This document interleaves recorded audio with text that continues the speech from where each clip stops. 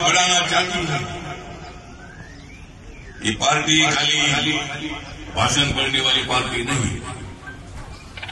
ये पार्टी खाली भाषण करने वाली नहीं है। ये पार्टी सबको राशन देने वाली पार्टी है। सबका पेट भरना चाहिए। कोई भी आदमी भूखा नहीं रहना चाहिए। रोटी, कपड़ा और मकान भारत के संविधान ने अपने अधिकार दे दिया है। रोटी बढ़ाना चाहती है। ये पार्टी खाली भाषण करने वाली पार्टी नहीं है। ये पार्टी खाली भाषण करने वाली नहीं है। ये पार्टी सबको राशन देने वाली पार्टी है। सबका पेट भरना चाहिए। कोई भी आदमी भूखा नहीं रहना चाहिए।